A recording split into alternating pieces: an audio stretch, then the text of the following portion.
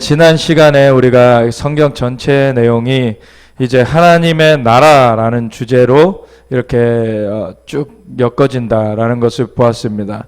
그리고 그 하나님의 나라는 단지 하늘에 우리가 나중에 그냥 예수님이 우리를 위해서 죽어주셨기 때문에 천국행 티켓을 그냥 따놓고서는 주님과 상관없이 살다가 그냥 나중에 가는 것이 아니라 우리가 이미 예수님을 구세주 주님으로 영접한 순간 우리의 영이 성령으로 거듭나져서 하나님의 나라의 삶을 살게 된 것임을, 그래서 주님께서도 하늘에 계신 우리 아버지의 이름이 거룩히 여김을 받으시오며 주님의 나라가 임하시오며 주님의 뜻이 하늘에서 이루어진 것 같이 땅에서도 이루어지리다, 그렇게 기도하라고 우리에게 가르쳐 주셨다는 것을 우리가 함께 짚어봤습니다.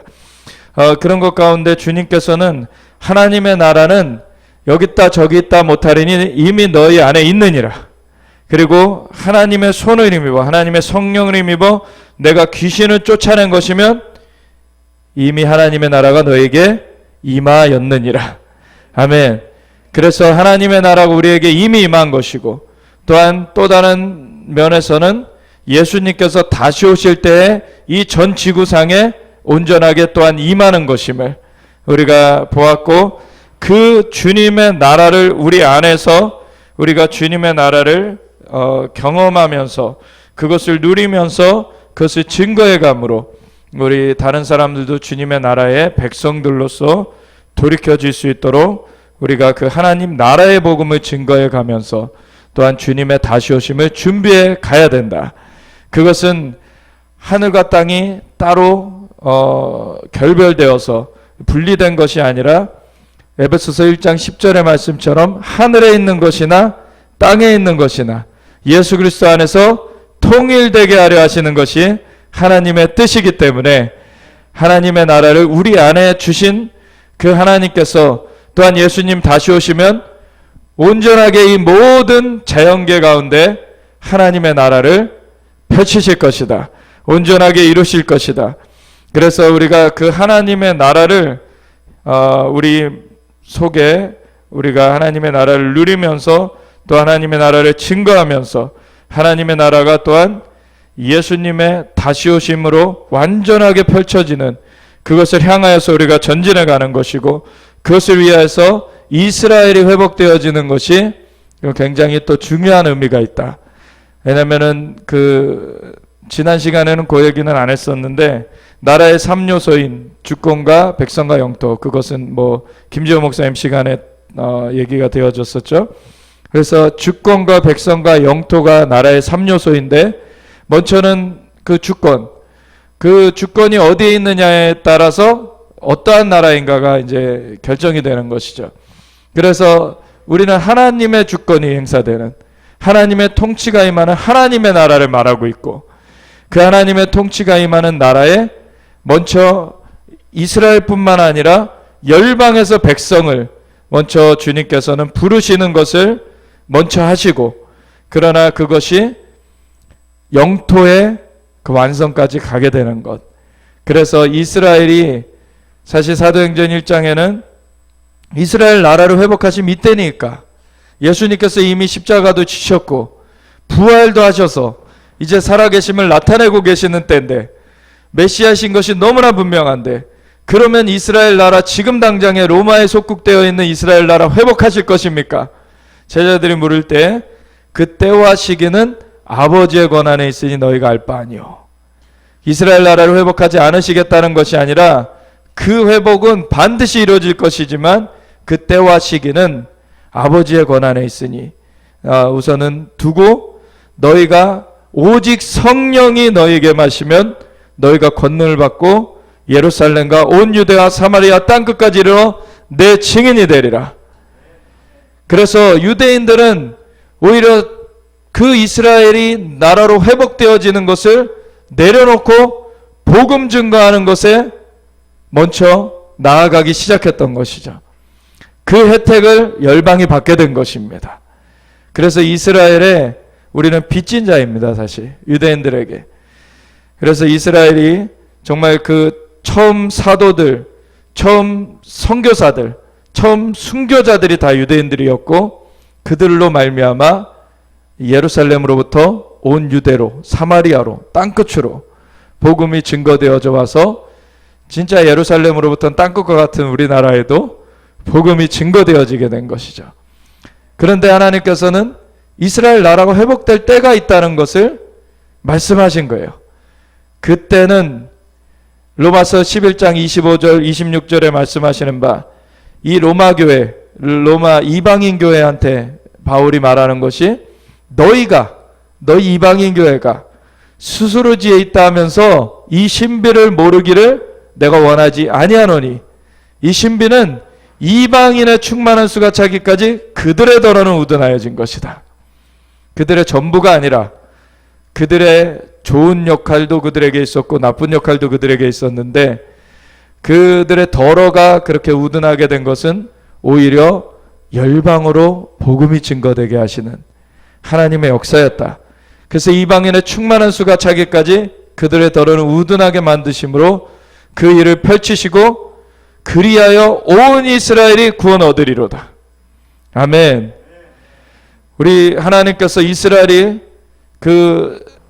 역사상 살았던 모든 유대인들이 다 구원 얻는다 얘기가 아니죠. 이제 주님 다시 오심을 앞두고 살아남아 있는 그 시대의 유대인들이 이제 집단적으로 예수님이 메시아신 것을 알게 되는 그 집단적인 회심이 있게 될 것이다. 그래서 주님 앞에 바루카바 베시엠 아도나이, 찬송하리로다 주의 이름으로 오시는 이여 할 때 주님께서 그 찬송을 받으시면서 임하실 것입니다. 그것이 절기로 하면은 속죄일의 성취죠. 사실 6월절에 어린 양을 잡아서 문설주와 문일방에 그 피를 발라놓게 됐는데 그것이 구원을 말하잖아요. 사실 어린 양의 피가 발라지면은 구원되게 되잖아요. 죽음이 넘어가게 되죠. 근데 왜 속죄일이 따로 있습니까? 6월절은 각 개개인의 영혼들이 구원되는 날이고, 속죄일은 온 이스라엘이, 그 나라가 구원되는 날입니다. 이게 차이가 있는 것이죠.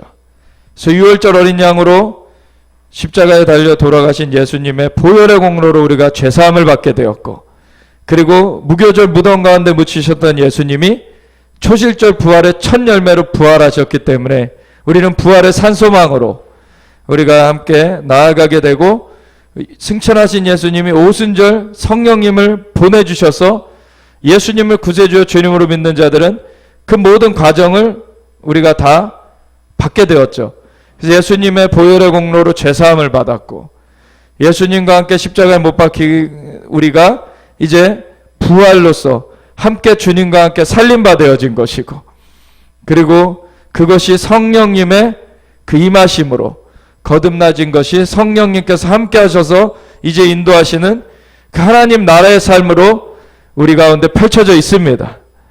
그것이 이제는 주님의 다시 오심을 준비하는 그 과정 가운데 나팔절의 성취, 그것은 주님이 다시 오신다는 그 나팔이 불려지는 것이죠.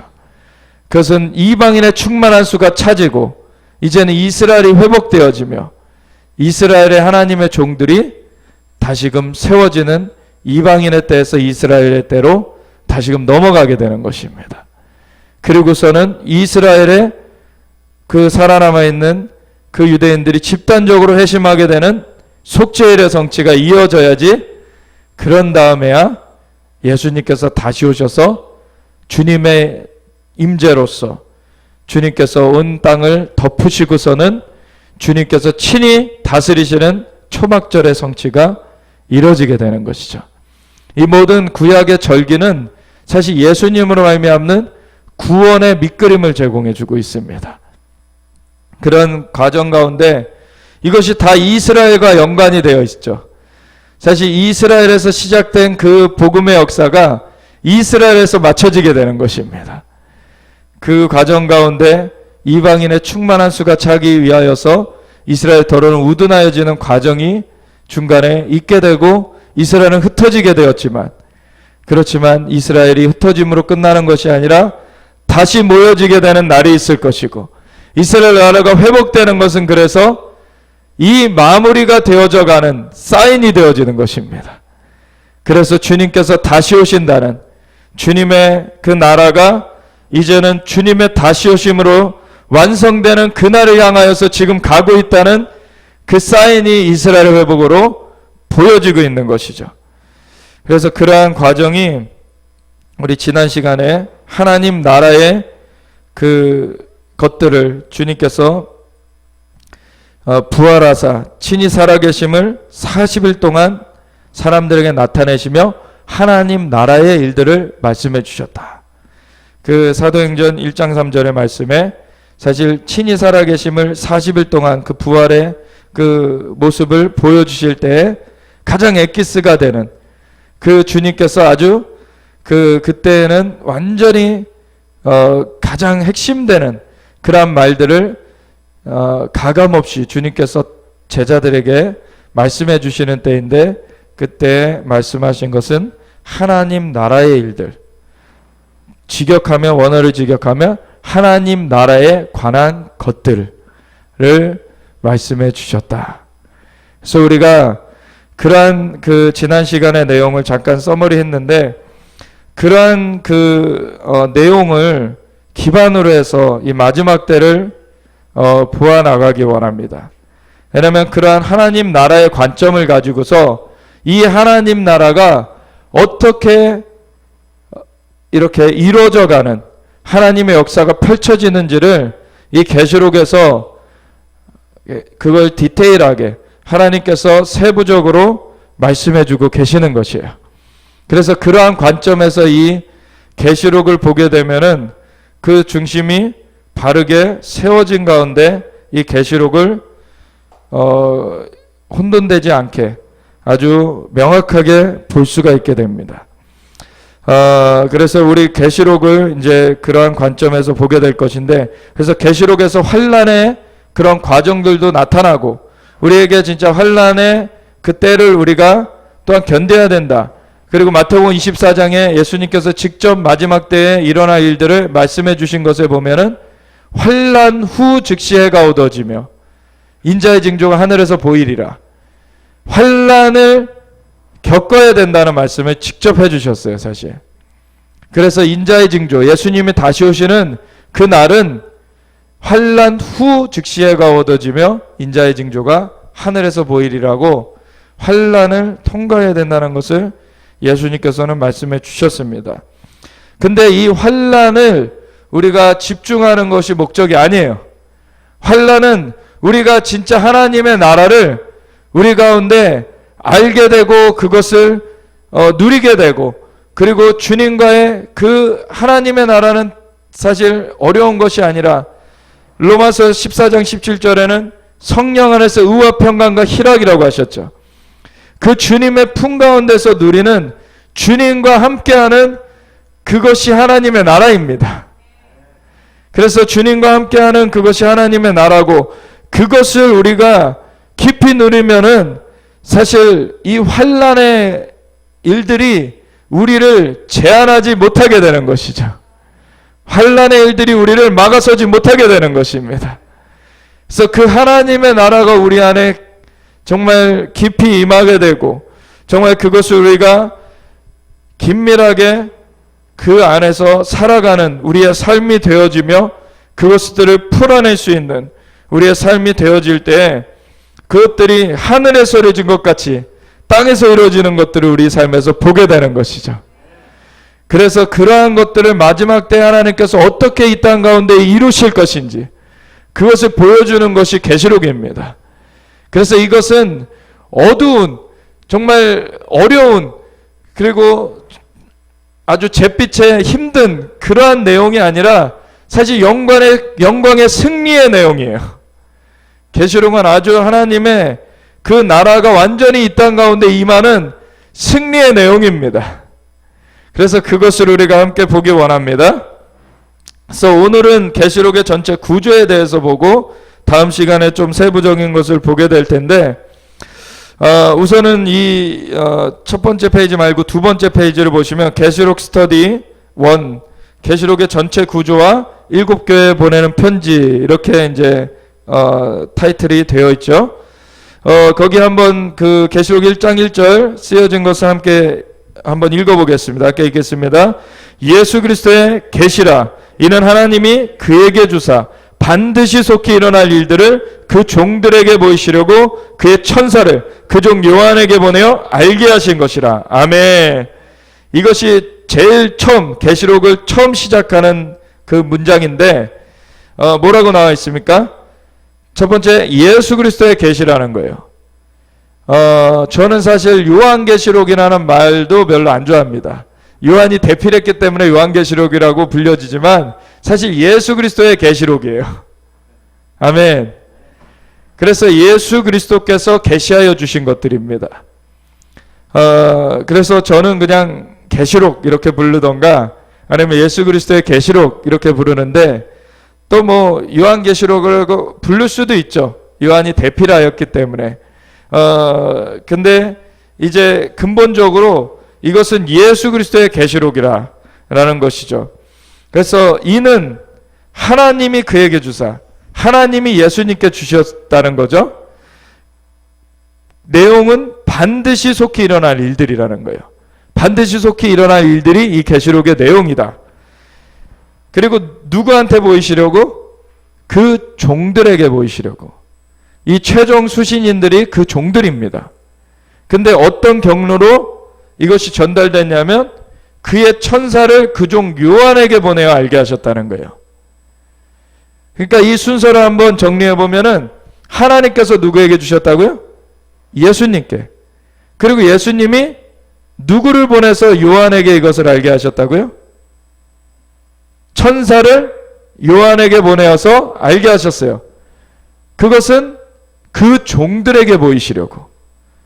그러면 하나님께서 예수님께 주시고 예수님으로부터 천사가 파송돼서 요한에게 이게 오게 되고 요한을 통해서 이것이 기록되고 알려져서 누구에게 가야 된다는 것입니까?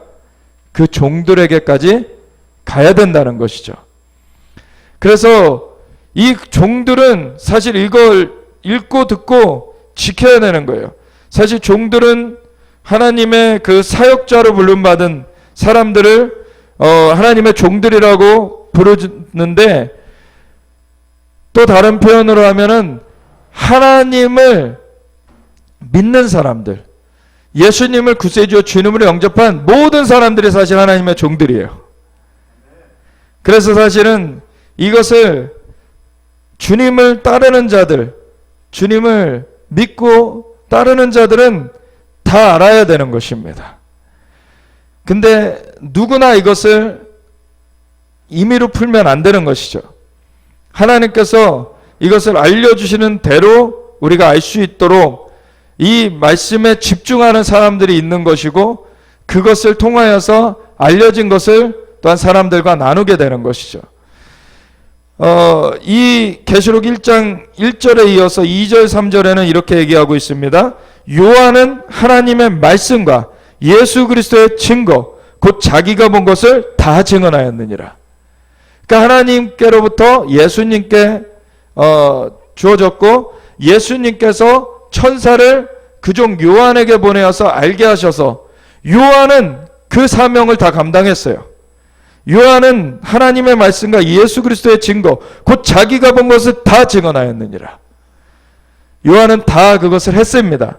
그런 다음에 그 종들에게까지 이것이 그래서 읽혀져야 되는 것이고 들려져야 되는 것이고 그것이 지켜져야 된다는 것을 3절이 말하고 있는데, 이 예언의 말씀을 읽는 자와 듣는 자와 그 가운데 기록한 것을 지키는 자는 복이 있나니 때가 가까움이라.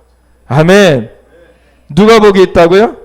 이 예언의 말씀을 읽는 자와 듣는 자와 그 가운데 기록한 것을 지키는 자. 이것이 다른 그룹이 아니라 읽고 듣고 지키라는 말이죠. 우리가 읽고 듣고 지켜야 된다고 직접 그 말씀을 하고 있는 것입니다. 성경에 그렇게 기록되어 있는데 이것을 읽고 듣고 지키는 자가 복이 있다고 하셨는데 이거를 읽지도 않고 듣지도 않고 그러면 뭐 지키지도 못하죠, 당연히. 알아야 지킬 거 아닙니까? 근데 읽지도 않고 듣지도 않아요. 그럼 안 된다는 거예요. 근데 사탄이 이것을 읽지도 듣지도 못하게 만들려고 갖은 애를 다 써왔습니다. 왜냐하면 이 계시록은 한편으로 보면은 이 하나님의 나라가 마지막 때에 이 땅에 임하는 것을 위한 전쟁이 펼쳐질 때에 전쟁 교범과 같은 거예요. 그러면 이것을 사람들이 알고서 일어나게 되면은 사단의 그 나라를 깨트리면서 하나님의 나라를 수종들어서 이 땅 가운데 세워지도록 사람들이 그것을 섬기면서 일어설 거기 때문에 사단이 이것을 알지 못하게 하려고 갖은 애를 쓰는 것입니다. 그래서 이것을 가려놓게 만들려고 이단들을 일으켜가지고 사이비들을 일으켜가지고 이것을 이상하게 풀어버리게 만들어가지고 사람들이 계시록하면은 이상한 책이라고 잘못 생각하게 만들어버리는 거예요. 그래서 이 계시록을 갖다가는 대표적인 그 잘못 오용되는 말씀이 무엇입니까? 나중에 한번 살펴볼 텐데 계시록 7장에 14만 4천의 하나님의 종들이 세워지는 그 말씀을 이단들이 아주 애용하는 말씀이에요. 근데 이거 말씀 그대로 보면은 전혀 헷갈릴 것이 없습니다. 말씀 그대로 보면 어떻게 되어 있냐면은 처음에는 천사 넷이 등장을 합니다. 그 천사 넷은 뭐냐면 사방의 바람을 붙잡아 놓고 있는 천사인데 그 사방의 바람을 붙잡아 놓은 것이 왜냐면은 이들이 이제 그 바람을 이제 놓으면은 땅과 바다나 나무들이 해지게 돼 있어요. 그를 붙잡아 놓고 있는데 또 다른 이제 천사가 등장을 합니다. 해돋는 편으로부터 동편으로부터 천사가 등장을 해서 뭐라고 말하냐면 내가 하나님의 종들의 이마에 인치기까지는 땅이나 바다나 나무를 해하지 말라고 이 네 천사들에게 얘기를 해요. 거기 보면은 그게 계시록 7장 3절의 말씀이에요. 그러면 거기 뭐라고 분명히 나와 있습니까? 하나님의 종들이라고 나와 있어요. 그리고 4절로 이어서 뭐라고 나와 있냐면 하나님께 이 인침받은 자들을 이 요한이 계시를 받는데 뭐 어떻게 계시를 받냐면은 이스라엘 각 족속 중에서 각 지파 중에서 12,000명씩 14만 4천 명이 인침을 받는다라고 계시를 받게 돼요. 그러면은 이거를 그대로 보면 뭡니까? 3절에서는 이들이 하나님의 종들이라는 것을 알 수 있고 4절에서는 이스라엘이라는 것을 알 수가 있어요. 그럼 이 두 개를 조합해 보면은 이스라엘 중에서 하나님의 종들로 인침받는 자들을 말하는 것이라는 거예요. 지난 시간에 그 상징주의 해석이 위험하다는 것을 우리가 나눴죠. 헬레니즘 철학의 근거에서 그것을 영지주의들과 같은 이단들이 이제 사용하게 된 것이 플라톤의 이데아 사상. 그 영적인 것은 선하고 육적인 것은 악하고 영적인 것이 진짜 영의 그 하나님의 것들을 말하는 것이 아니라 그냥 허상의 그 이데아를 말하면서 그런 얼토당토하는 그런 이론으로서 예수님께서 육체로 오신 것을 부인했다라고 영지주의자들이. 그래서 요한 1, 2서에는 예수님께서 육체로 오신 것을 부인하는 자마다 적그리스도니라. 분명하게 그게 적그리스도의 영이라는 것을 사도 요한이 말했어요. 그 사도 요한이 그렇게 말한 것이 굉장히 중요한 얘기입니다. 예수님이 하나님과 한 분이시지만 인간의 몸을 입고 와주시지 않으셨다면 인간의 대속을 이루실 수가 없었죠. 하늘과 땅을 연결하실 수가 없었어요. 인간과 하나님을 다시 연결하실 수가 없는 거예요. 인간의 몸을 입어주시지 않으셨다면. 그래서 적그리스도의 영은 이 예수님이 인간의 몸을 입었다는 것을 부인하면서 그 연결을 끊어내려고 한 거예요. 이게 헬레니즘 사상에 기반하여서 나온 이단 사상이었습니다. 근데 오늘날에도 영지주의는 잘못됐다라는 것을 알고 있는데 그 사상적 배경이 되는 헬레니즘, 플라톤 철학의 그 사고를 교회들이 아직도 갖고 있어요. 그래서 그냥 천국으로 가는 것만 얘기를 하지, 그거는 이데아 사상과 똑같은 얘기인 거예요. 그냥 하나님의 나라가 임하는 것에 대해서는 관심이 없는 거예요. 근데 하나님의 나라가 임하게 기도하라고 주님께서 말씀하셨고, 하나님의 나라가 하늘에 썰어진 것처럼 이 땅 가운데 이루어집니다. 그것이 하나님께서 이 땅 가운데 이 에덴의 동산을 창설해 놓으시고 사람을 그곳 가운데 두셔서 하나님께서는 사람을 찾아와 주셨고 그 막힘없이 교제하셔서 이 땅 가운데 에덴의 동산에 그 하나님의 나라가 임하여 있었던 것을 사람이 마귀의 꼬드김에 넘어가 범죄하면서 이것이 깨어졌죠.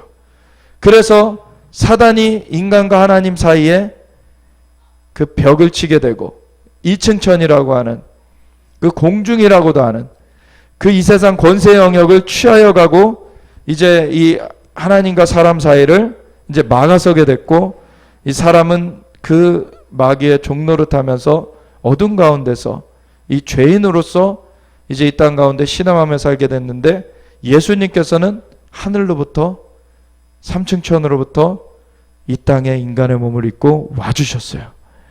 그래서 이 이층천을 깨트려 버리신 거죠. 찢어내신 것입니다.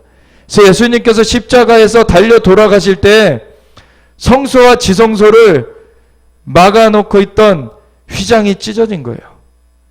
그게 그 의미입니다. 사실은 하나님께서 거룩하시기 때문에 하나님의 존전에 죄인이 갈 수가 없죠. 하나님은 우리와 너무나 함께하고 하고 싶으신데, 원래 그렇게 만들어 놓으셨는데 인간이 죄인으로 전락해 버렸기 때문에 하나님 앞에 우리가 설 수가 없어요. 그래서 하나님께서는 장막을, 성막을 모세를 통하여 계시해 주시고서는 그 단계를 통하여서라도 하나님께서 하나님 앞에 나오는 그 방법을 알려주셨던 것이 그 성막이었죠. 그래서 번제단, 그 번제단에서 양이나 소의 피를 드리면서 우리의 죄를 이제 회개하고 갚고서는 그렇게 하나님 앞에 나아가야 되는 것이었고, 물두멍에서 손을 씻고 우리가 정결하게 찬양의 제사를 드리면서 이제 하나님 앞에 감사로 그 문에 들어가며 찬양함으로 그 궁전에 들어가는 그런 과정을 통하여서 성소에 들어가게 돼 있어요. 그러면 성소에 들어가면은 7 그 가지가 되어 있는 금등대가 있죠. 이 금등대는 이제 성령님의 비춰주심, 성령님께서 이제 우리를 사로잡아 기도로 인도해 가십니다. 그러면은 말씀의 떡상, 12떡이 놓여져 있는 말씀의 떡상에서 주님의 말씀을 우리 가운데 주님이 새겨주시게 되는 거죠. 그렇게 되면은 이제 향단에서 그것은 예수님이 우리의 중보자가 되시는데, 이 우리가 주님의 마음을 우리가 품고서는 주님과 함께 그 중보의 자리로 들어가게 되는 것이에요. 그러면은 주님과 함께 서서 그 자리에 들어가면 그곳으로부터 이제 지성소로 들어가게 되는 것이죠. 그러면 지성소에는 사실 언약궤가 놓여져 있지만 거기서는 어떤 액티비티, 어떤 활동을 하는 것이 아닙니다.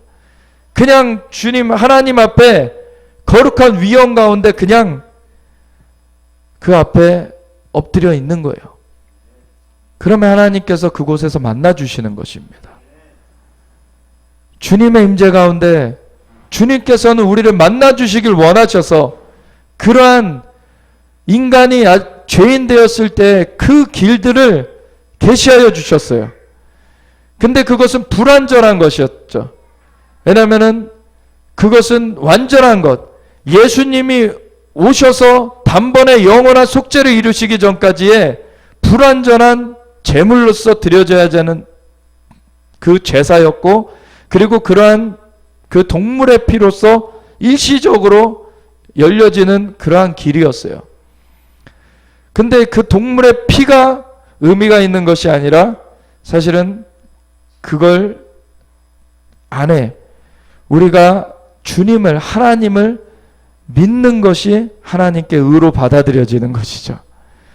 그래서 우리가 그 과정을 하나님께서 밑그림으로 주시고서는 이것이 어떻게 보면 건축할 때 우리가 건물을 지으려면 거푸집이라고 아시죠? 이렇게 칸막이를 쳐놓고서 거기다 시멘트를 부어 놓으면 이제 그 모양대로 이렇게 굳게 되죠, 시멘트가. 그러면 나중에 거푸집은 떼내게 되잖아요. 그 겉에 그 칸막이들은 떼내게 되는데, 그러한 것과 같은 것입니다. 그냥 그 모양을 우리에게 알려준 것이지 그것이 우리를 온전케 할 수 있는 것은 아니었어요. 근데 그것을 완전하게 이루신 것은 예수님이신 것입니다. 그래서 예수님께서 단번에 영원한 속죄를 이루셨고, 예수님께서 그래서 십자가에 달려 돌아가실 때 그 피는 이 번제단에서 드려지는 피가 지성소까지 그냥 길을 열어버리는 것입니다. 아멘. 그래서 성소와 지성소 사이에 휘장을 찢어버린 거예요. 이제는 예수님의 보혈 가운데 우리는 성소에 들어갈 담력을 얻었다. 이제 하나님의 존전에 들어갈 수 있는 그 길이 열려졌다는 거예요. 이제 그래서 예수님 안에서 우리는 하나님 나라의 삶으로 들어가신 것입니다. 다시금 주님 앞에 서게 된 것입니다. 근데 그 연결을 알지 못하게 만들려고 이제는 마귀가 예수님께서 그냥 그 천국행 티켓만 우리에게 전해준 것이고, 우리는 지금은 예수님과 만날 수 없어. 지금은 하나님과 만날 수가 없어. 나중에 그냥 너희가 죽을 때 그냥 그 티켓 갖고 천국 가는 거야. 이런 식으로 착각하게 만들었다는 거예요. 그것은 우리의 삶의 그 과정 가운데서 하나님의 나라를 풀어내는 것을 하지 못하게 묶어두는 것입니다. 그걸로 말미암아 그냥 나중에 들어갈 그걸 기다리면서 미뤄두게 만들어버렸어요. 근데 이미 하나님의 나라는 우리에게 임하였고 하나님과 우리는 연결되어 있습니다. 성령 안에서 의와 평강과 일하고 우리가 누리고 있고, 성령 하나님이 삼위 하나님의 한 위격이십니다. 삼위일체 하나님의 한 위격이신 그분, 또 다른 한 위격이신 예수님의 보혈의 공로로 우리가 죄사함을 받았고, 그 성령님의 임하심으로 거듭나졌고, 성령님의 그 함께 하심으로 우리가 하나님의 나라를 이미 누리고 있어요. 하나님 앞에 우리가 그 삶을 살아가고 있습니다. 그래서 이제는 예수 그리스도 안에서 하늘에 있는 것이나 땅에 있는 것이나 이미 우리 안에서는 연결되어져 있습니다. 아멘. 이걸 믿으십니까? 이것이 진짜로 믿어져야 되는 것이죠. 그래서 에베소서 1장 3절에서는 하늘에, 예수 그리스도 안에서 하늘에 있는 모든 신령한 복으로, 하늘의 모든 신령한 복으로 우리에게 복 주시기를 원하신다. 이미 그 억세스, 그 통로가 우리에겐 열려져 있는 것입니다. 그래서 이 땅 가운데 우리가 하나님의 나라의 일을 하면서 필요한 것들을 하나님께 구할 때 우리가 그것을 받게 되는 것입니다. 이미 그 길은 열려져 있는 것이기 때문에. 아멘. 그래서 우리는 헬레니즘의 이 하늘의 것과 땅의 것을 갈라버리는, 그것은 마귀가 하는 짓이에요. 그것을 거부하고 이제 하늘의 것과 땅의 것을 하나님께서 연결시키시고, 우리는 그것을 하늘에서 이루어진 것처럼 이 땅 가운데 이루시는 하나님의 일을 추종들며 나아가는 것입니다. 그래서 우리가 그 하나님의 역사하신 가운데 이 땅 가운데 하나님께서 이스라엘을 회복하시는 것을 위해서 우리가 함께 기도하는 것이고, 하나님께서 하늘에서 이루어진 것처럼 이 땅 가운데 이루어지는 것을 위하여서 우리와 함께 그 일들을 섬겨 나가는 것이에요. 그것을 위하여서 우리가 함께 나아가면서 그 이스라엘을 이스라엘로 보면서 마땅히 이스라엘의 회복이 이루어지는 가운데 이스라엘에서도 하나님의 종들이 이제 다시 일어날 때가 올 것이라는 것입니다. 이스라엘의 14만 4천의 하나님의 종들이 일어나는 것이 사인이 될 것이라는 것이에요. 아멘. 그래서 계시록 7장에 말하고 있는 14만 4천은 다른 이방 나라, 이방 민족을 말하는 것이 아닙니다. 그것은 이스라엘의 하나님의 종들이 회복되어지는 것을 말하는 거예요. 그건 이스라엘의 구원 얻을 총수를 말하는 것도 아니고요. 이방인은 그렇다고 배제된다는 얘기가 아니에요. 그냥 이스라엘에서 마지막 때를 섬길 하나님의 종들이 14만 4천이 세워지는 것이 사인이 된다는 거예요. 아멘. 그리고 그 뒤에는 각 족속과 백성과 방언에서 나오는 허다한 인을 입은 무리들이 나옵니다. 열방에서도 하나님의 사람들이 세워지는 것입니다. 우리가 이스라엘이 세워진다고 해서 우리가 안 세워지는 그런 경쟁 관계가 아니에요. 하나님 나라에서는 이스라엘과 이방이 한 세 사람으로 같이 나가는 것입니다. 그래서 이스라엘이 세워지는 것이 또한 열방의 부흥과 연결이 되어 있어요. 이스라엘이 회복되어지는 것과 함께 열방의 부흥의 일들이 같이 펼쳐진 것을 김재현 목사님 나눠주셨다고 들었습니다. 그래서 이스라엘이 고토로 귀환하자는 1897년에 시온주의를 근데 마귀가 자꾸 미디어를 통하여서 그 인종주의, 그래서 타인종을 차별하는 무슨 인종주의로 그렇게 사람들이 잘못 알게 막 만들려고 해요. 근데 시온주의라는 다른 거 아닙니다. 이제 핍박이 막 또 다가오는 걸 느낀 그 유대인들이 자기네들이 안전하게 살 수 있는 것은 고향 땅, 그 이스라엘 땅뿐이 없다. 그래서 이방인에 흩어져 있던, 특별히 유럽에 흩어져 있던 그 유대인들이 고토로 귀환해야 된다. 그때 황폐하여져 있던, 그때 어떤 지금의 팔레스타인 사람들이라고 불리는 그런 사람들이 거기에 살던 때가 아니었습니다. 그냥 황폐하여져 있던 때였어요. 그 이스라엘 그 고토가. 그런데 이스라엘을 다시 돌아가야지 우리가 안전을 누릴 수 있다. 그러한 그 경각심, 그러한 깨달음, 각성이 일어난 것이 바로 시온주의였습니다. 시온으로 돌아가자. 시온이라는 말은 그 예루살렘의 또 다른 명칭이죠. 하나님께서 다스리시는 곳이라는 거예요. 그 예루살렘으로 돌아가야 된다. 그래서 하나님께서 우리에게 주신 고토를 우리가 다시 돌아가자라고 하는 그 운동이 1897년에 대대적으로 일어나기 시작했어요. 그 앞서부터 일어나서 그때 이제 대회까지 열리게 되었던 것입니다. 그러한 일이 유대인들 가운데 이제 각성이 일어나는 일과 함께 전 세계적으로 1900년도 초반에 대각성 운동이 전 세계 가운데 벌어지게 된 거예요. 아주사에서도 일어났고 웨일즈에서 먼저 일어났죠. 그보다 더 앞서서. 근데 웨일즈에 일어나기 전에 1901년에 미국의 베델 성경신학교라는 곳에서 먼저 방언이 다시 터져 나오는 그러한 일이 일어나는 것이 먼저 있었습니다. 그리고 전 세계적으로 이게 우후죽순이 일어났어요.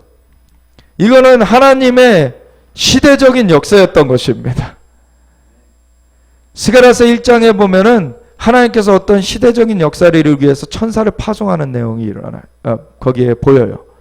하나님께서 천사들을 파송하셔서 하나님의 일을 시대적으로 이렇게 이루게 하시는데 1948년에 이스라엘이 나라로 회복되게 되었을 때 1948년 5월 14일 독립을 선언하게 될 때 그때 그 동시대에 살았던 아주 영적 거장 중에 하나가 리자 월즈라는 중보기도의 거장이 계셨는데 그분은 영국 분이시죠.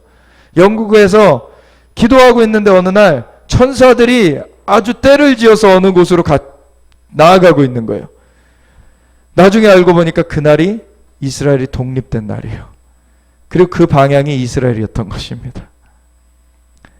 하나님께서는 천사들을 부리시면서 하나님의 일을 행하십니다. 그래서 열방에 이 천사들을 파송하시면서 이스라엘의 각성과 열방의 대각성 부흥을 같이 일으키신 거예요. 아멘. 그래서 이스라엘의 회복이 이 열방의 부흥과 같이 연결되어 있다는 것을 우리가 알아야 되는 것입니다.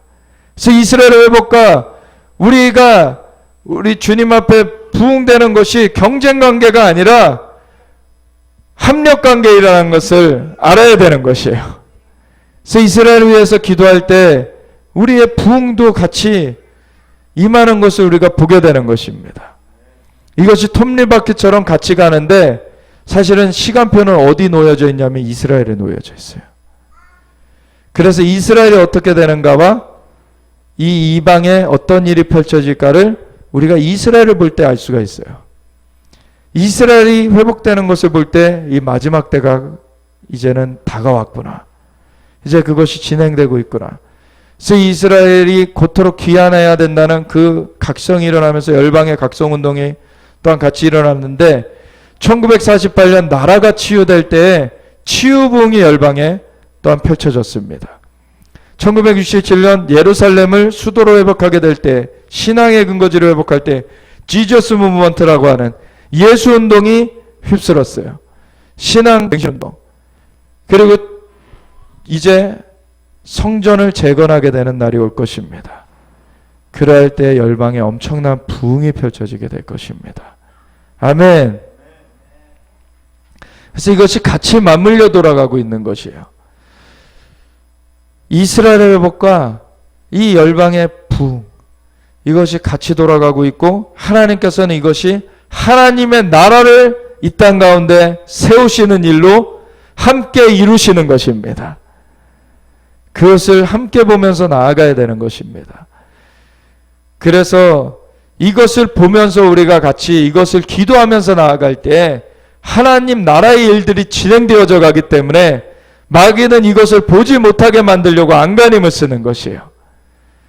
그래서 이것의 한 파트가 이스라엘의 회복이 있고 이스라엘의 14만 4천이 세워져야지 된다는 것을 보지 못하게 가려놓고 오히려 이방 교회가 이스라엘과 싸우게 만들려고 해왔어요. 이스라엘을 시기하고 질투하고 싸우게 만들려고 했고 그걸로 말미암아 상처를 받은 유대인들은 더 복음을 받아들이기 힘들게 되어지고 이러한 이간하는 자가 마귀죠. 마귀는 이간하는 자입니다. 하나님과 사람 사이에 이간하고 사람들 사이에 이간하고 마귀가 그렇게 행하는 것을 우리는 결코 용납해서는 안 됩니다. 이스라엘과 이방이 한 쇠사람으로 서야 되는 것입니다. 그래서 함께 이 하나님 나라를 위해서 함께 서게 될 때 하나님의 나라가 강력하게 임하는 것이에요. 그래서 에베소서 1장, 에베소서는 사실 1장부터 6장까지 다 교회론이라고 말해지죠.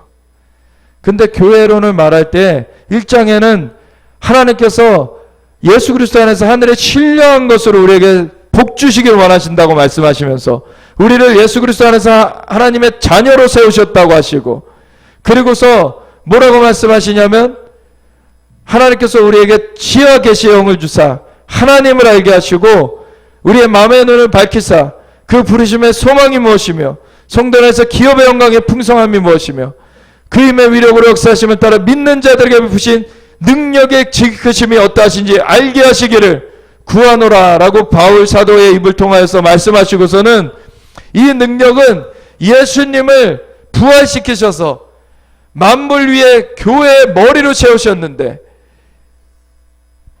교회는 그의 몸이니 만물을 충만하게 하시는 자의 충만함이니라. 아멘. 하나님께서 만물을 충만하게 하시는 그 역사를 이루시길 원하시는데, 그 역사를 이루시는 그 몸으로서, 통로로서 사용되는 것이 교회라는 것입니다. 아멘. 그거를 이루시길 원하시고, 그거를 이루시는 데 있어서 2장으로 넘어가서 예수 그리스도 안에서 이방인과 이스라엘과 이방인들, 유대인과 이방인들을 한 세 사람으로 세우셨다라는 말씀을 하시는 거예요. 이 충만함이 이루어지려면 이 한 세 사람으로 서는 것을 우리가 알아야 되는 것입니다. 그리고 그것이 사랑 안에 뿌리가 박히고 타가 굳어져서 지식에 넘치는 그리스도의 사랑을 깨달아 그 길이와 넓이와 높이와 깊이가 어떠함을 알아가며 하나님의 모든 충만하신 것으로 충만케 되기를 원한다고. 아멘. 그 충만함이 그 한 세 사람됨 가운데 하나님의 사랑으로, 예수 그리스도의 사랑 안에서 그것이 드러나는 것임을 말하고 있어요. 그래서 에베소서 3장 그 말씀에 이어서 4장에 가보면 예수님을 아는 것과 믿는 일에 하나가 되어서, 우리가 하나가 어떻게 된다는 것입니까? 예수님을 아는 것과 믿는 일에 하나가 되는 것, 그 외에는 다른 길이 없는 것입니다. 우리가 예수님을 믿는 것과 아는 일에 하나가 되어서 함께 나아가게 될 때 이 충만함이 우리 가운데 펼쳐지게 되는 것입니다. 그것을 그리스도와 교회의 그러한 관계를 신랑과 신부의 관계로 말씀해 주시고, 그것을 또한 에베소 6장에 가보면 그 악한 날에 능히 대적하고 서기 위하여서 전신갑주를 입어라. 우리가 진리의 허리띠를 띠고 의의 흉배를 붙이고 믿음의 복음의 평안의 복음의 신을 신고, 그리고 믿음의 방패를 들고 구원의 투구를 쓰고 하나님의 말씀과 성령의 검을 가지고 성령 안에서 기도하면서 우리가 나아가야 된다. 아멘. 우리가 이 충만함으로 나아가기를 하나님은 원하십니다. 근데 마귀는 이걸 싫어하죠. 그러니까 자꾸 오해하게 만들고 이간하는 거예요. 자꾸 하나님과 사람 사이에 이간하고 사람들 사이에 이간하고 거기에 넘어가면 안 되는 것입니다. 그 마귀의 이간에 넘어가서 헛짓을 하는 것이 이단들이죠.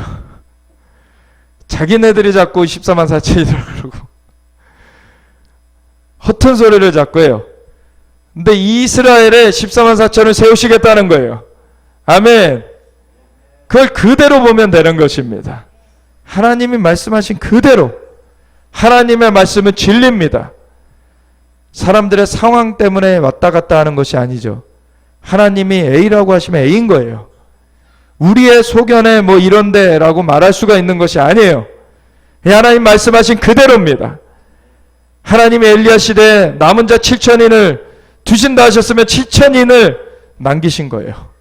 아멘. 기드온에게 300명만 남겨라 하신 건 300명을 하나님 추리시는 거예요. 하나님이 하시는 것입니다. 하나님이 14만 4천 사람들이 누가 어느 지파에 세워질지 사람들이 알 수 없다고 해서 사람들이 그것을 마음대로 재단할 수 있는 것이 아닙니다. 하나님께서 14만 4천 각 지파당 12,000명씩 14만 4천 세우겠다 하시면 그렇게 되는 것입니다. 아멘. 그것이 되어질 때 하나님께서 하셨구나라고 우리는 인정하게 되는 것이에요.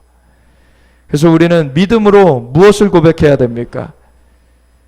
이스라엘의 14만 4천이 세워지게 될 것입니다. 14만 4천 하나님의 종들이 세워지게 될 것입니다. 그래서 우리는 이스라엘이 이미 회복되어진 가운데 더 회복되어져 가는 것을 우리가 보면서 가고 있기 때문에 우리가 이스라엘 나라가 회복되어진다는 것을 믿음으로 미래의 일로 선포하진 않아요.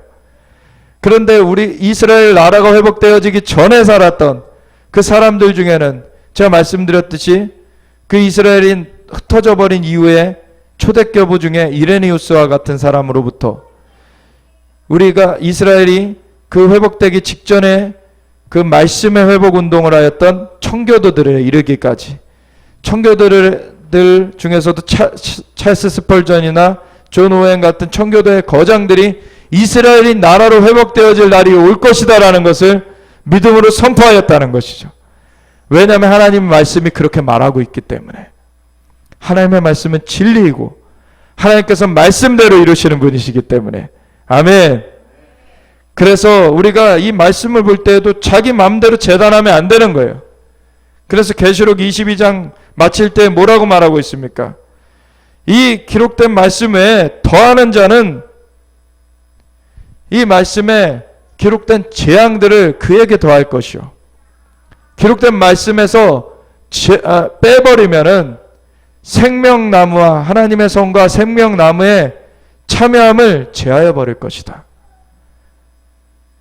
이 말씀에 가감하지 말라는 것이에요. 하나님의 말씀 그대로 봐야 된다는 것입니다. 아멘. 근데 사람들이 자기 욕심대로 이것을 끌어다가 그것을 곡해하면서 이단들이 그렇게 하면서 일어나서 어그러진 길을 가는 것을 보면서 일반적인 사람들이 계시록 자체를 무서워하게 됐어요. 그런데 이 계시록이 이 시대에, 우리의 시대에 풀려질 수 있는 것은 이스라엘이 회복되고 있기 때문입니다. 이 이스라엘이 회복되고 있다는 것은, 왜냐하면 계시록에 하늘에 이루어진 것처럼 땅에 이루어지는 그 배경을 이스라엘이 제공해 주고 있기 때문에 그래요. 이스라엘과 그 중동 지역을 배경으로 이 계시록의 내용들이 펼쳐집니다. 그래서 계시록을 이 땅 가운데 이루어지는 것으로 보는 것에 있어서의 그 배경이 아주 중요하고, 그 배경 가운데서 우리가 볼 수 있는 눈이 이스라엘이 회복되어진 이때에 우리에게 열리고 있는 거예요. 아멘. 그래서 이 시대가 너무나 사실 축복된 세대고 굉장히 흥미진진한 세대입니다. 그래서 우리는 이 말씀을 알아야 돼요. 우리 세대의 얘기이기 때문에, 우리 세대에 펼쳐질 얘기이기 때문에 우리는 이것을 알아야 되고 읽고 듣고 지켜야 되는 것입니다. 아멘. 그 전까지는 이스라엘이 흩어져 있는 가운데, 이스라엘 나라를 회복하심 이때니까 그 로마에 속국되어서 아직 흩어지기 전이지만 그 제자들이 물어봤을 때에는 그때와 시기는 아버지의 권한에 있으니 너희가 알 바 아니요 오직 성령이 너희에게 임하시면 너희가 권능받고 예루살렘과 온 유대와 사마리아 땅끝까지 이르러 내 증인이 되리라. 증인되는 거 먼저 하면서 열방을 다녀라, 이것부터 하게 하셨지만 이제는 이스라엘이 고토로 모아지고 있습니다. 이스라엘이 회복되어지고 있어요. 이제 다시 수렴되어지면서 마무리로 들어가고 있는 세대 가운데 우리가 살고 있습니다. 우리가 이 마무리를 볼 수가 있어야 돼요. 그 마무리를 얘기하고 있는 대표적인 얘기가 계시록에 나오고 있는 것이죠. 그래서 우리가 이 계시록을 이 세대 가운데는 알아야 돼요. 이 많은 어떤 그 잘못된 얘기들 때문에 두려워하는 자들, 나도 잘못되면 어떡하지? 근데 그 릭 조현호 목사님이 이런 말씀을 하셨었어요. 위조 지폐가 있다고 지폐 쓰기를 금하겠는가? 위조 지폐가 있다고 우리가 돈 쓰는 거 막 두려워하지 않죠? 어떻게 합니까? 위조 지폐가 아닌지 알면 되는 거예요. 그렇죠? 근데 위조 지폐가 아닌 것을 아는 방법은, 위조 지폐를 아는 것이 키가 아니라 진짜 지폐를 알면 진짜 지폐와 다른 것이 다 위조 지폐죠. 그러니까 방법은 수많은 가짜를 우리가 어떻게 분별할까? 그 가짜를 보는 것이 키가 아니라 진짜를 알면 된다는 거예요. 아멘. 그래서 이걸 읽고 듣고 지키라는 것입니다. 진짜를 알면은 가짜를 다 분별해낼 수가 있어요. 그래서 은행원들이 가짜 지폐를 분별하는 방법은 진짜 지폐를 수없이 만져보는 것입니다. 이게 진짜예요. 진짜 지폐를 수없이 만져보면서, 그리고 명품이라고 하는 것들을, 그 이미테이션이라고 하는, 짝퉁이라고 하는 그런 것들을 분별해내는 사람들, 전문가라고 하는 사람들은 어떻게 그걸 분별해냅니까? 진짜를 제대로 알고 있기 때문에. 진짜를 제대로 알고 있기 때문에 아닌 것들을 분별해낼 수가 있어요. 진짜와 뭐가 다른지. 그래서 계시록을 우리는 진짜 제대로 알아야 되는 것입니다. 그래서 이번 시간에는 구조를 볼 거기 때문에 1장 1절에 우리가 그 전달 경로를 봤어요. 그러면 그 아래 표를 보겠습니다. 표를 보면은 짙은 부분은 사도 요한 당시의 내용, 이렇게 가로 안에 쓰여져 있죠. 그 말이 뭔 말이냐면 나중에 또 다른 도표를 볼 것인데, 사도 요한이 계시를 받을 당시 AD 95년이라고 일컬어지죠. 반모섬에 유배되어 있을 때, 그 계시를 받을 당시에 이 서론, 우리가 읽었던 계시록 1장 1, 2, 3절에 이어서 그 예수님의 방문을 받는 얘기가 1장에 나와요. 그거는 언제 경험한 것입니까? 그 AD 95년 그때 경험한 거예요. 그렇죠?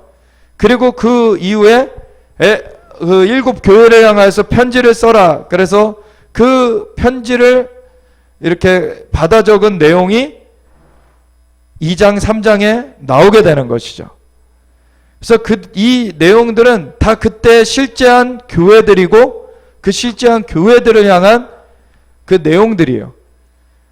그렇다고 미래에는 상관이 없는 내용이냐? 그렇지는 않죠. 그때 실제한 교회들을 향한 내용이면서 그 내용들이 또한 그 이후에 교회들을 향한 교훈들을 다 제공해 주게 되죠. 그래서 어떤 유형의 교회는 어떤 것들을 교정받아야 되고 어떻게 하는 것이 잘하고 있는 것이고, 그래서 어떠한 잘못된 부분은 어떻게 교정을 받아서 어떻게 이기는 자로서 교회들이 서게 되는지, 그 내용들을 그 서신에 담고 있습니다. 그래서 항상 처음 시작할 때는 그 각 교회를 향해서 예수님이 어떠한 분이신지를 먼저 말하고 시작을 해요. 각 교회들마다 예수님이 어떠한 분이신지를 나타내는 것이 다 다릅니다.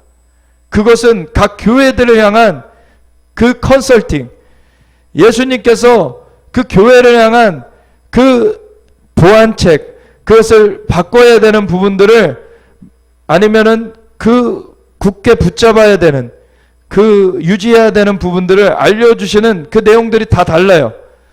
그 내용들을 알려주시는 그 부분을 위한 그 주님의 모습을 다 처음에 말해주고 계세요. 그래서 주님이 어떠한 분으로 나오시는지가 다 달라요. 각 교회마다. 근데 구조는 다 똑같습니다. 주님이 어떠한 모습으로 그 교회들에게 선포되시는지 그것이 먼저 나와요. 그리고서 칭찬할 일이 있으면 칭찬할 일을 말씀하시고, 그리고 책망할 일이 있으면 책망할 일을 말씀하시고, 그리고 어떻게 교정되어야 되는지, 바꿔야 되는지를 말씀해 주시고서는 그 다음에 뭐라고 말씀하십니까? 이기는 자는 이러한 상급을 받게 될 것이다.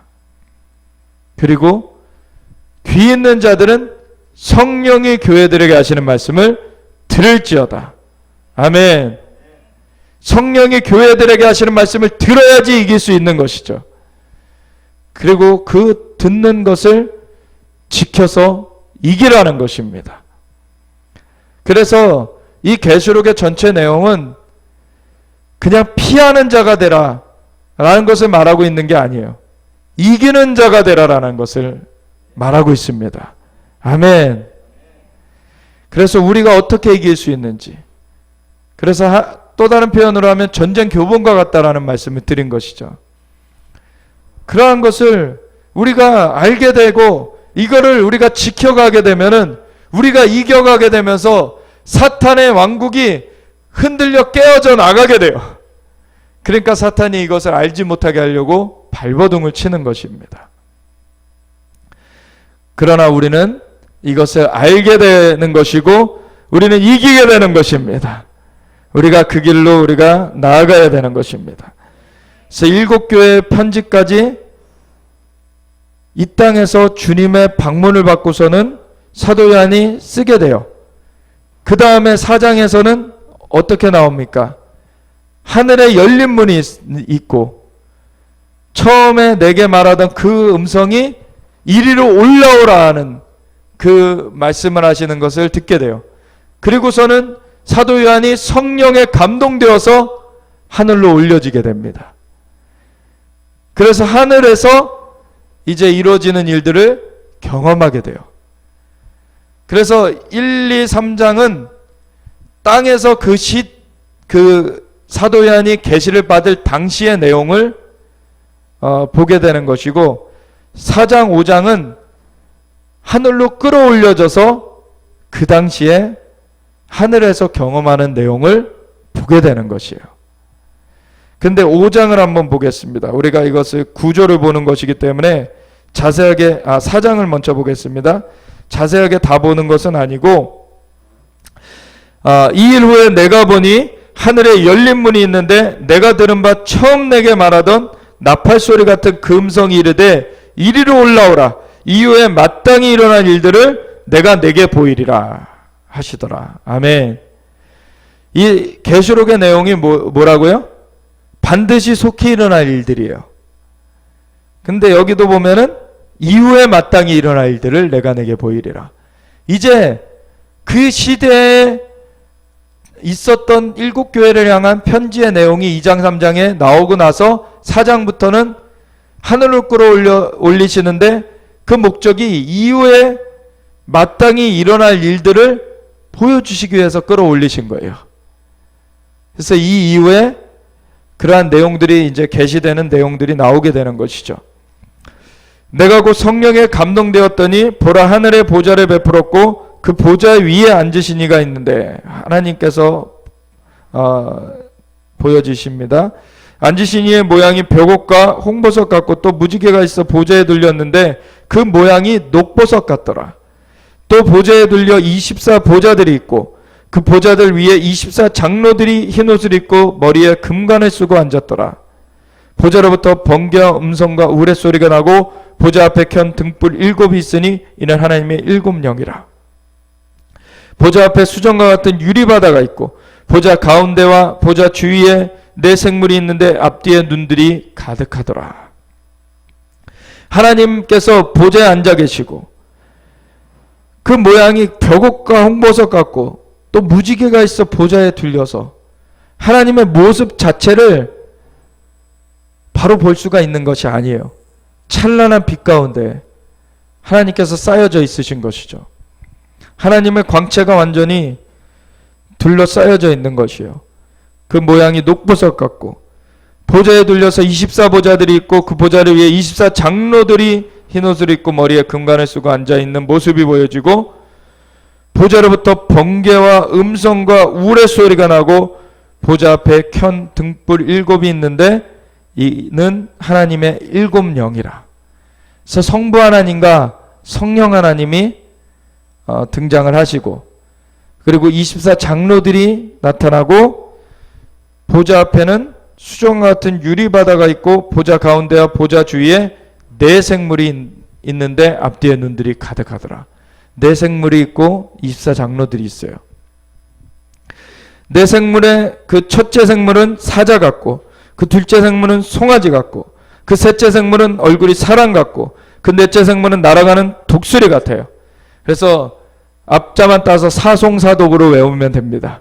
사자, 송아지, 사람, 독수리 이런 모양인데 그래서 첫째, 둘째, 셋째, 넷째 생물의 그 얼굴이 사자 같고 송아지 같고 사람 같고 독수리 같아요. 에스겔서 1장에 보면은 그룹이 나타나는 그 장면이 나와요. 그리고 하나님께서 임하시는 그 방문을 받게 돼요. 에스겔이. 그때 나오는 그룹과 이 생물은 다릅니다. 그 그룹은 4날개를 가졌고 여기의 생물은 6날개를 가졌고, 그리고 그 그룹은 한 그룹이 4얼굴을 가졌어요. 근데 여기의 생물은 한 생물마다 한 얼굴씩이에요. 근데 눈들이 가득해요. 몸에는. 아주 기괴한 모습이죠, 사실. 그래서 아주 직접 보면은 아주 기괴한 그런 아주 놀라게 되는 그러한 일이 되는데, 이러한 4생물, 그래서 4생물은 각각 6날개를 가졌고 그 안과 주위에는 눈들이 가득하더라. 그들이 밤낮 쉬지 않고 이르기를 거룩하다 거룩하다 거룩하다 주 하나님 곧 전능하신 이여 전에도 계셨고 이제도 계시고 장차 오시리시라. 하나님께서 영원하시고 하나님이 역사의 주권자가 되시는 것이죠. 그 생물들이 보좌에 앉으사 세세토록 살아계신 이에게 영광과 존귀와 감사를 돌릴 때 24장로들이 보좌에 앉으신 이 앞에 엎드려 세세토록 살아계신 이에게 경배하고 자기의 관을 보좌 앞에 드리며 이르되 우리 주 하나님이여 영광과 존귀와 권능을 받으시는 것이 합당하오니 주께서 만물을 지으신지라. 만물이 주의 뜻대로 있었고 또 지으심을 받았나이다 하더라. 아멘. 하나님께서 창조주 되심을 찬양하세요. 이 사람들이 근데 어떻게 하냐면 보좌에 앉으신 이 앞에 엎드려서 자기의 관을 보좌 앞에 드리면서 경배를 한다고 나와 있는 것입니다. 사실 우리가 기도도 하고 찬송도 하고 우리가 예배를 하는데 우리가 기도를 하지만 경배로 들어가지 않을 때도 있어요. 찬양을 하지만 경배로 들어가지 않을 수도 있어요. 이게 무슨 말이냐면 경배라는 것은 완전히 하나님 주권 앞에 엎드려져서 하나님의 주권에 순복하는 것입니다. 하나님만이 주권자이십니다. 자기의 관도 내어드리면서 하나님만이 주권자이십니다라고 고백하는 것이 경배입니다. 그래서 그 주권 앞에 순복하면서 그 주권의 그 인도하심 가운데 우리가 순종하며 나아가는 것이 경배예요. 근데 기도는 하는데 기도를 해서 응답을 받아도 순종하지 않으면 경배가 되어지지 않는 것이죠. 찬양을 하는데 하나님을 막 높이는데 하나님의 영광이 그래서 임했는데 하나님의 그 말씀 앞에 순복하지 않으면은 경배가 되어지지 않는 거예요. 이 경배로 들어가는 것이 바로 지성소에 들어가게 되는 것입니다. 사실 기도와 찬양은 그 앞서서 성소에서 다 이루어지는 거예요. 그런데 기도와 찬양을 통하여서 결국에 하나님의 거룩한 존전 앞에 경배로서 들어가게 돼야지 하나님의 얼굴을 뵙게 되는 것입니다. 이것이 되어져야지 우리가 하나님의 임재 앞에서 존전 앞에서 우리가 하나님을 뵙게 되는 것이에요. 이 경배의 모습을 이 24장로들이 보여주고 있어요. 우리가 이러한 모습으로 하나님 앞에 나아가야 되는 것입니다. 그렇게 될 때 하나님의 영광 앞에 우리가 서게 되는 것입니다. 주님의 그 감사하신 그 존전 앞에 서게 되는 것입니다. 그래서 5장으로 넘어가 보면은 내가 봄에 또 이제 살펴보니까 보좌에 앉으신 이의 오른손에 두루마리가 있으니 1장 1절을 우리가 그 머릿속에 기억하고 있어야 돼요. 예수 그리스도의 계시라. 이는 하나님이 그에게 주사 하나님이 예수님께 주사 반드시 속히 일어날 일들을 그 종들에게 보이시려고 그의 천사를 그 종 요한에게 보내어 알게 하신 것이라. 이 순서를 기억하고 계시면은 이것이 딱 우리 마음속에 접해지게 됩니다. 우선은 하나님께서 두루마리를 갖고 계세요. 본좌에 앉으신 성부 하나님께서 그 오른손에 두루마리를 가지고 계신데 어떠한 모습이냐면 안팎으로 써져 있는데 7인으로 봉하여져 있어요. 이 봉한다는 것을 우리가 의미를 알아야 되는 것이 이 두루마리 오늘날의 책이 이렇게 있기 전에 이제 두루마리를 이제 그 글을 기록하는 것으로 써서 돌돌 말아서 묶게 되죠. 그러면은 이 두루마리가 안 펼쳐져요. 두루마리를 펼쳐야 읽을 수 있는데, 이 봉인이 되어져 있으면은, 이 봉인이 떨어지지 않으면은 읽을 수가 없죠. 봉인의 역할은 무엇입니까? 그 내용을, 그것을 이렇게 딱 감춰두게 되는, 그리고 그것이 다른 사람, 그것이 받아야 될 사람 외에는 중간에 그것을 볼 수 없게끔 닫아두는 역할을 하는 것이 이 봉인이에요. 나중에 근데 이 봉인을 예수님께서 띄십니다. 그 얘기는 봉인의 역할이 닫아두는 건데, 봉인을 떼신다는 것은 열어내신다는 것이죠. 그래서 예수 그리스도의 계시라 그러는 거예요. 예수님께서 이걸 풀어주시기 때문에. 아멘. 그래서 근데 처음에 등장할 때는 이 두루마리가 말려있고 안팎으로 써져 있지만 봉해져 있어요. 7인으로. 또 보면 힘있는 천사가 큰 음성으로 외치기를, 누가 그 두루마리를 펴며 그 인을 떼기에 합당하냐 하나, 하늘 위에나 땅 위에나 땅 아래에 능히 그 두루마리를 펴거나 보거나 할 자가 없더라. 그 두루마리를 펴거나 보거나 하기에 합당한 자가 보이지 아니하기로 내가 크게 울었더니. 왜 사도 요한이 웁니까? 사실은 사도 요한이 AD 95년에 이 계시를 받을 당시에 어떠한 상황이에요? 로마의 속국이 되어 있는 상황인데, 예수님께서 당장에 이스라엘 나라를 회복할 줄 알았더니 그 때와 시기는 아버지의 권한에 있으니 너희가 알 바 아니요 오직 성령이 임하시면 너희가 권능을 받고 예루살렘 온 유대와 사마리아 땅끝까지 이르는 내 증인이 되리라. 그 말씀하시고서 승천하신 다음에 성령을 부어주셔서 열심히 복음 증거해 왔어요. 엄청난 역사들이 일어나 왔습니다. 그런데 사도들이 하나씩 순교해 갔어요. 사도 요한만 남아있어요. 지금 사도들 중에. 그리고 이스라엘은 AD 95년에 예루살렘의 성전이 도리에 돌 하나도 남겨지지 않고 다 무너뜨려지고 예루살렘이 함락되고 이제 이방으로 흩어지는 그러한 일들이 일어나기 시작했어요. 요한이 이 끝이 어떻게 될지, 이것이 언제 어떻게 맞춰지게 될지를 모르는 상황이에요. 그러한 상황 가운데서 이 계시를 받을 당시에 이 두루마리 안에 앞으로 반드시 속히 일어날 일들을, 이후에 마땅히 일어날 일들을 보이시겠다고 하시고 끌어올리셔서 이 두루마리가 하나님의 손에 있는 것을 보게 됐는데, 이 두루마리 안에 이후에 마땅히 일어날 일들이 기록되어 있는 것을 알게 되는 것이죠. 이것을 인식하게 되는 거예요. 근데 이것을 풀어줄 사람이 없어요. 풀어줄 존재가 없어요. 그러니까 사도 요한이 얼마나 애통합니까 지금. 그러니까 울게 되는 거예요. 그랬더니 장로 중에 한 사람이 내게 말하되 울지 말라. 유대 지파의 사자 다윗의 뿌리가 이겼으니 그 두루마리와 그 7인을 떼시리라 하더라. 아멘. 예수님께서 이 인을 떼시기 합당하십니다.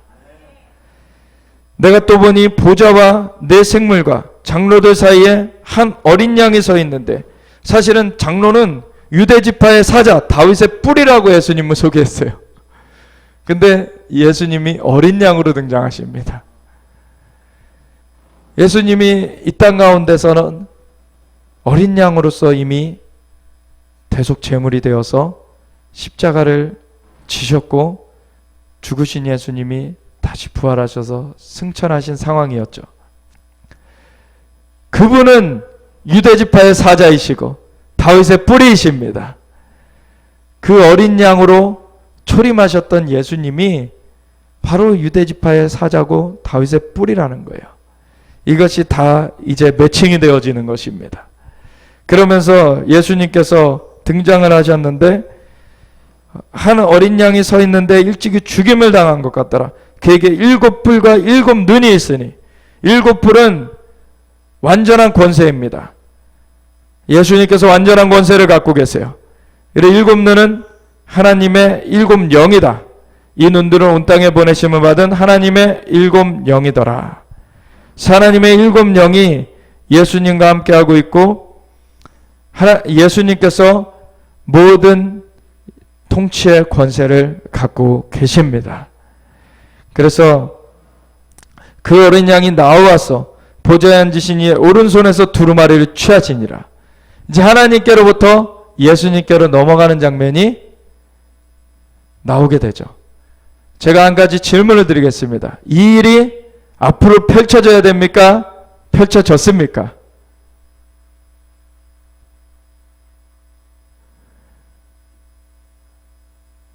하나님께로부터 예수님께로 두루마리가 넘겨진 일이 앞으로 일어나야 됩니까? 일어났습니까?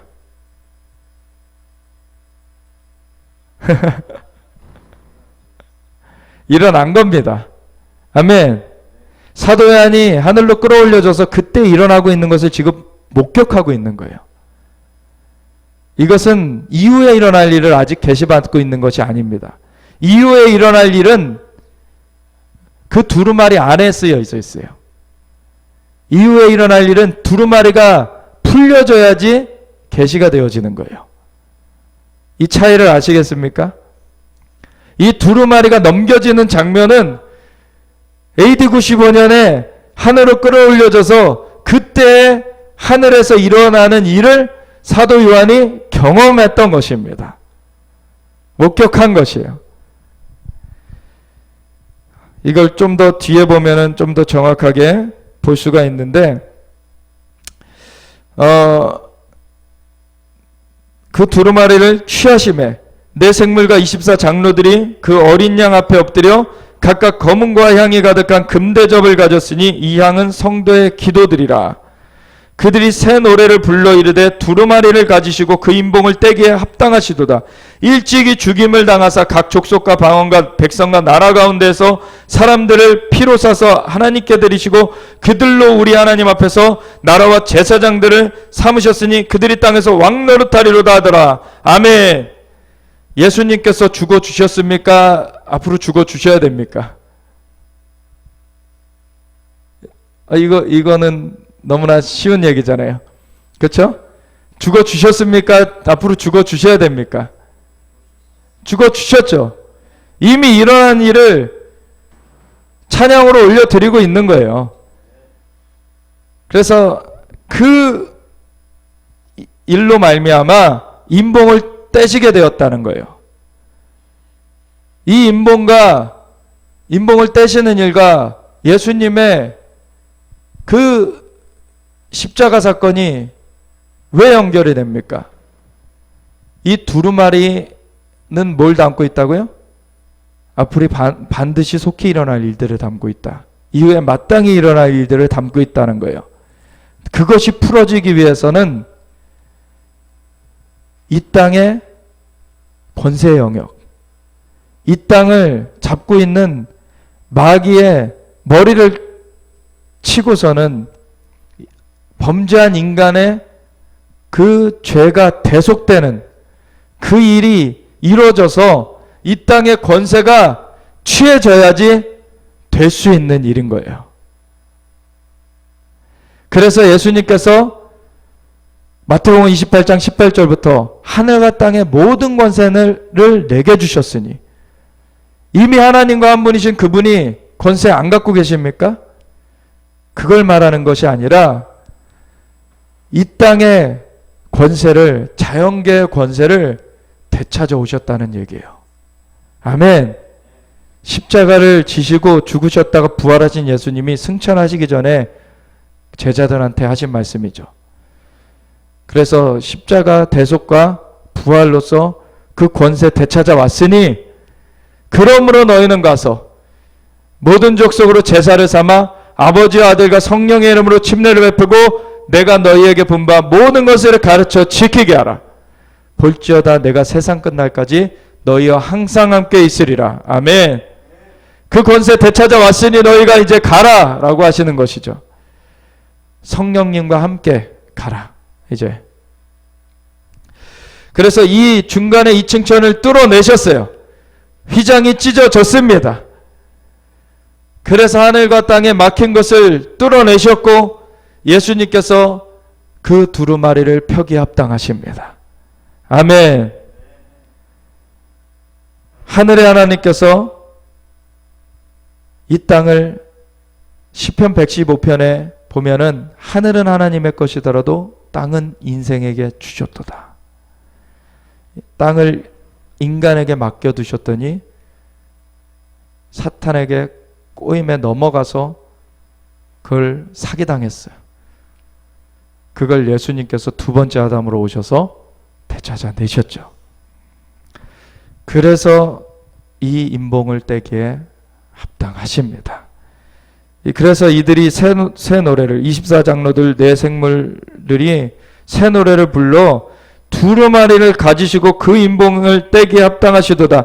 일찍이 죽임을 당하사 각 족속과 방언과 백성과 나라 가운데서 사람들을 피로 써서 하나님께 드리시고 그들로 우리 하나님 앞에서 나라와 제사장들을 삼으셨으니 그들이 땅에서 왕 노릇하리로다 하더라. 아멘. 이것들이 풀어질 수 있게 된 것이에요. 하나님께서는 모든 권세를 갖고 계시지만 예수님은 하나님과 한 분이시라 모든 권세를 갖고 계시지만 땅을 인생에게 맡겨놓으셨기 때문에 그거를 인간이 범죄한 가운데 뺏겨진 것을 다시 되찾는 과정이 필요했던 거예요. 인간에게 맡겨진 부분을 두 번째 아담으로서 인간의 몸을 친히 입어주심으로 그 일을 행하셨던 것입니다. 그래서 하늘과 땅을 다시 연결하셨어요. 그렇기 때문에 하늘에 소리 진 것처럼 이 땅 가운데 이루어질 수 있는 길을 내셨죠. 그래서 이 땅에 이루어질 그 속히 일어날 일들을 풀어내실 수가 있으신 것입니다. 아멘. 그 일이 풀어지면은 우리가 이 땅 가운데 왕노릇하는 것이 그 가운데 함께 풀어지는 것이에요.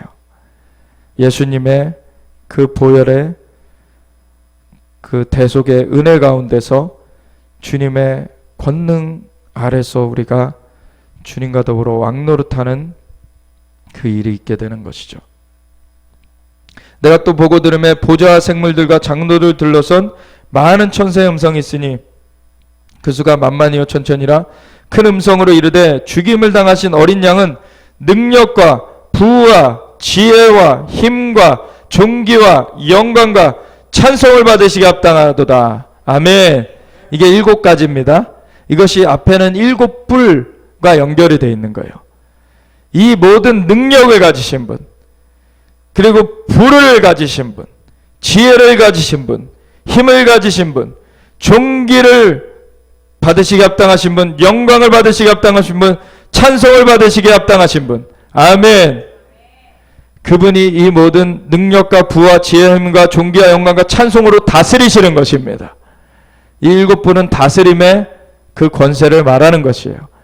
그 주님의 역사로 다스리시는데 그것을 우리에게도 풀어주시기를 원하시는 것입니다. 우리가 주님과 함께 할 때 이것이 우리에게도 주님과 함께 하는 가운데 나타나는 그 만물을 충만하게 하시는 자의 충만함인 것입니다. 내가 또 들으니 하늘 위에와 땅 위에와 땅 아래와 바다 위에와 또 그 가운데 모든 피조물이 이르되 보좌에 앉으시니와 어린 양의 찬송과 존귀와 영광과 권능을 세세토록 돌릴지어다 하니 내 생물이 이르되 아멘 하고 장로들은 엎드려 경배하더라. 아멘. 그래서 이 계시록 5장 4장 이 내용은 하늘에 그때 끌어올려져서 그때 일어난 일을 사도 요한이 경험하고 기록한 내용들이에요. 그렇다고 그 경험한 일이 4장의 내용과 같은 그 내생물이 보좌를 돌면서 거룩하다 거룩하다 거룩하다 전능하시니여 곧 전에도 계셨고 이제도 계시고 장차 오시리시라 라고 찬송하는 것이 그때만 이루어지는 것은 아니죠. 영원토록 계속 이어져 오고 있습니다.